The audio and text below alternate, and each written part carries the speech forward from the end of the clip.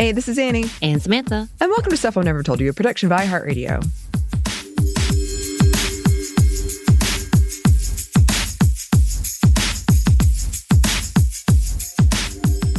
And welcome to another edition of Happy Hour. As always, if you choose to drink or whatever you're doing, please do so responsibly.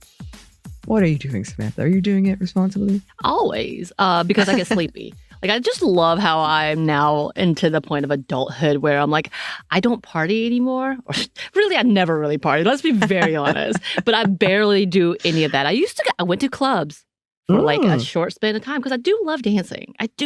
Yeah. And now my clubbing is Zumba classes with that other 40, 50-year-olds. And we get into it, just so you know.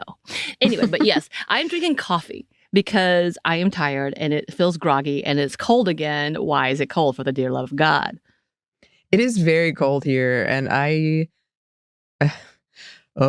made the mistake of turning off my radiator because it was hot. It was warm for a while, and now I'm really worried about that radiator. I to am be honest. too. We have a very adversarial relationship, me and this radiator. But now it's steaming up so much, I can't see out my windows, and this morning, a friend of mine texted me and she's like, "It's snowing where I am." And I was trying to look out the window. I was like, I can't tell. I'm too cold to go outside. So we'll never know.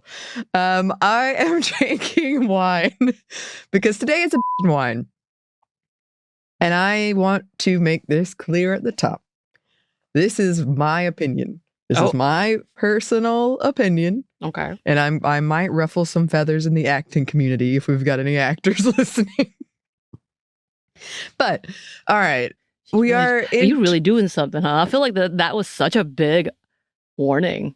Well, because I love drama. Let's do this tea. Oh my gosh. I've gotten into so many arguments with other actors about this. All right. So it is award season as we record this. And I also want to say it does feel strange. I think my Monday mini upcoming will be about this kind of, but it feels strange to talk about this when it feels like the world is falling apart. But we're going to talk about it. So it is award season coming up. And I've had this on my list of possible happy hour topics for a while, but this was a ways back. Natalie Portman made this comment where she said method acting is a luxury that women can't have. And she was mostly commenting on how women are still expected to do a lot more domestic work and especially raising kids. So she was saying, like, I can't show up at the pickup, like, covered in blood or whatever. I was like, thank you, someone finally said it.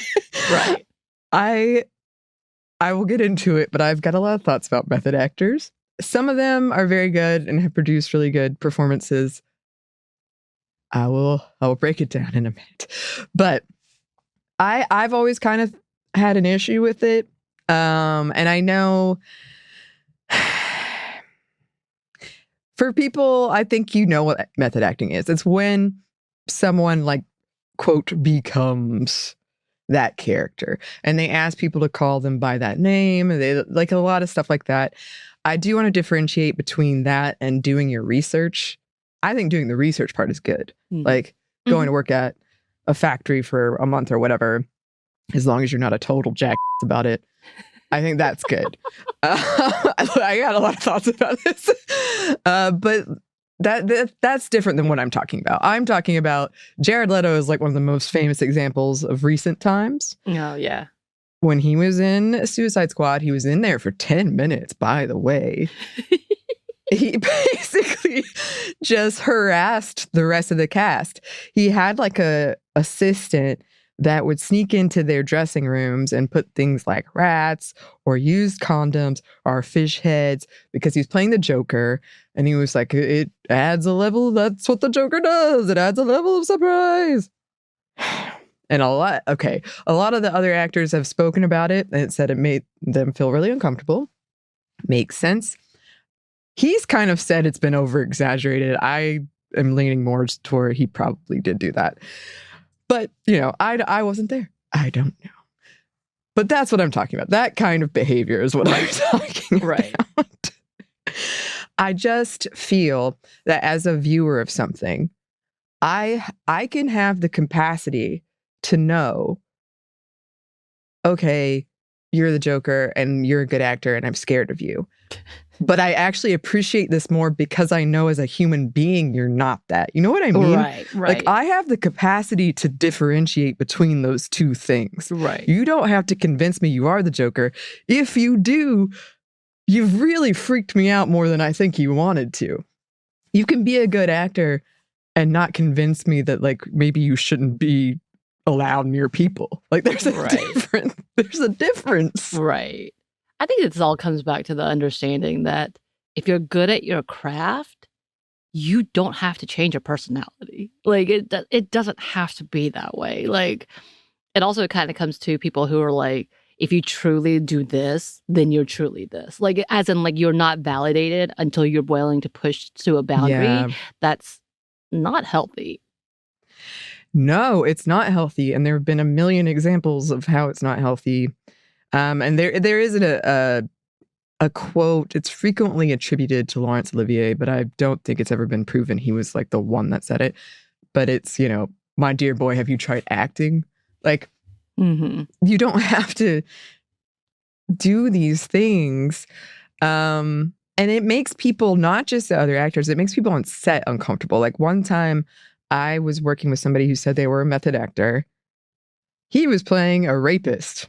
Oh, you know how uncomfortable that made everyone. What does that mean, this method acting? Like, what are you talking about? Exactly. And it's one of those things where I think, and I when I was kind of lightly researching this, I found a BuzzFeed list, and it was like 17 worst examples of method actors. They were all white men. And I just feel like if a woman or a person of color did this, the set wouldn't stand for it. They'd be like, she's crazy. Get her out of here. Right. But instead, it's like, look at this genius work. Right. What? I don't know. Did Michael B. Jordan, he didn't do method acting for Black Panther, right? He said he just isolated himself. He like went on the streets and isolated himself, yeah. But not necessarily actually full method. Right, which is, I do think there are different degrees of method. Right. And some of them, I'm like, okay, I get that. Yeah. That's where it sort of blurs the line between research and method to me. Right.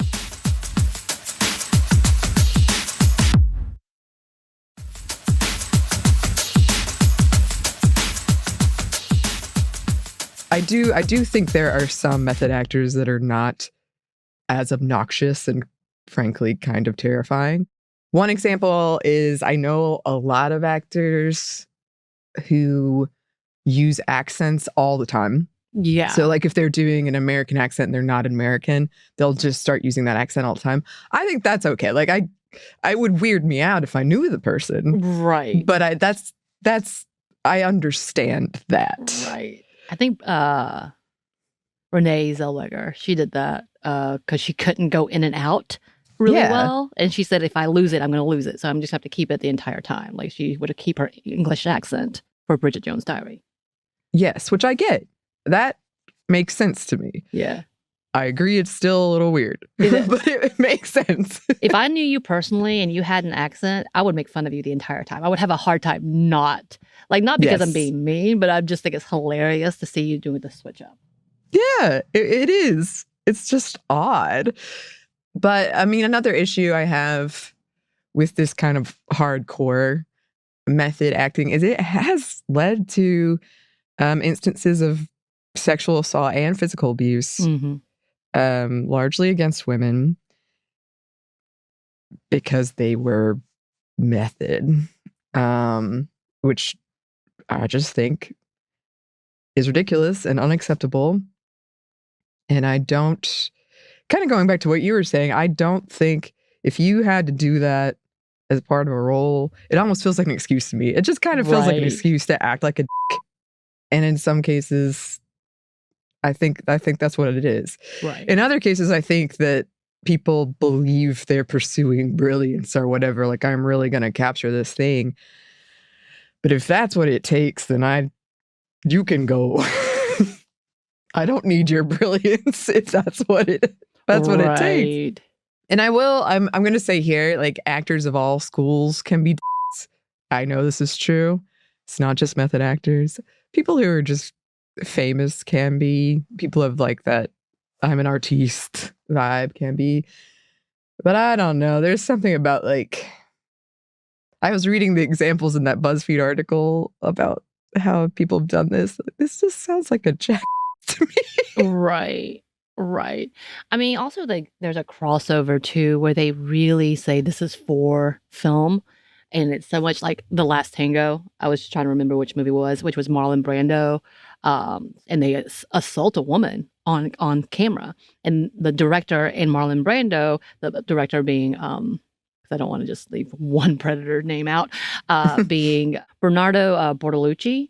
They had made this plan not to tell her what was going to happen in order to get her real quote reactions, in order to her essentially. And the fact that that case is so infamous that the two of them are still like revered. Marlon Brando and Bortolucci really are just still revered. I think the conversation has gotten bigger about it and understanding, but like that level of like it becomes it needs to be real conversation, which takes it to the point of like, why? What for you? Why? What is it doing for you that you need this to happen in this route? And it's giving you a thrill and that you really want to have it on camera. And I think the same thing with like The Shining and how they tortured Shelley Duvall. Like they tortured her because she wasn't quote unquote real enough in her reaction. Like it's such a way that it is white men wanting to torture women. Yeah, and one of the examples the BuzzFeed article gave was, I'd never heard of this. I'd never seen this movie. But it was Meryl Streep and Dustin Hoffman. And apparently Dustin Hoffman slapped her in a scene. And he wasn't supposed to. And he said he did it to like get her in character. Meryl Streep has won more Oscars than like anyone. You f***ing tell me you need to get her in character? Yeah. No.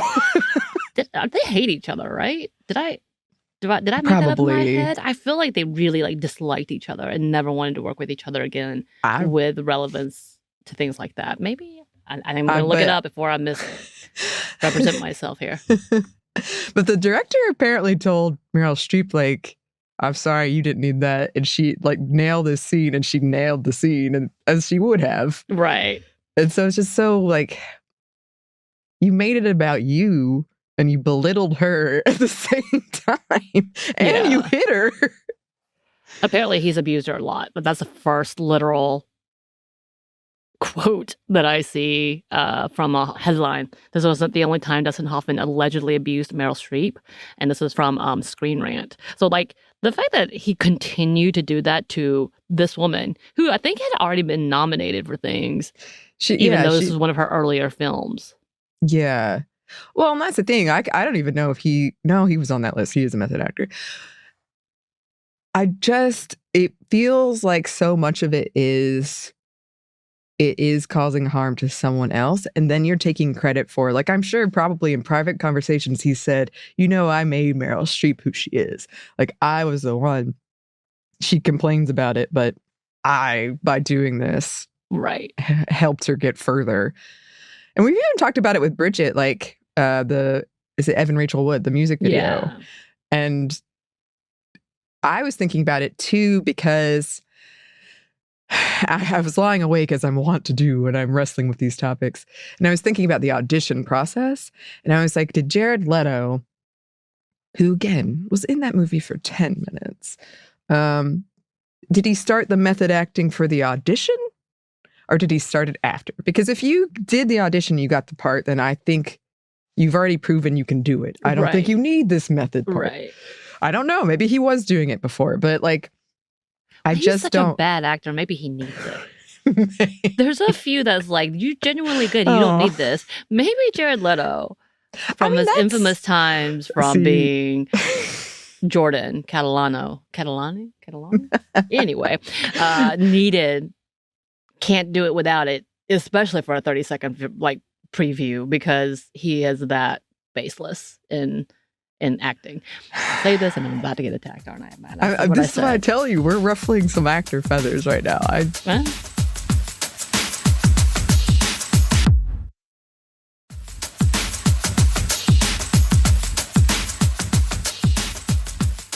Seymour Hoffman, who was also an infamous method actor, he was genuinely great. Mm-hmm. He was genuinely great. I don't know if he needed it again. Like that kind of goes to that same level. I don't know. Maybe it's that introvert thing because he was an introvert, I think, for the most part, that really felt like his craft came from all the emotions. I'm assuming these are like things that I've seen as an alleged. So maybe that's the different level. But like, again, there's nothing about Jared Leto's performances and any performances that I'm like, oh yeah, he's so great. Unless he has to be, unless he can be extreme.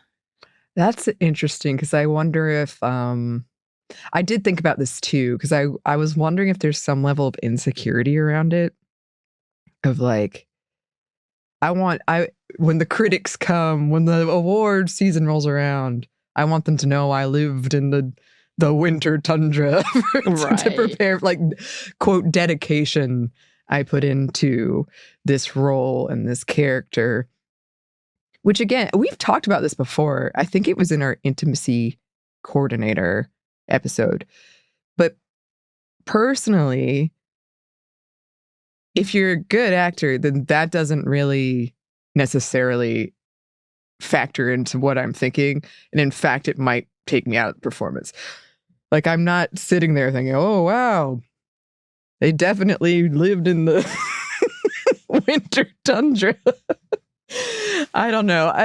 So I wonder if there's some kind of thing. I've been guilty of this too, where you want to prove when the critics come at you, like, but I did all this research though. Like I did all this. Like, I think research is good. It's the kind of unhingedness. Unhingedness? Yes. I clearly have strong thoughts about this.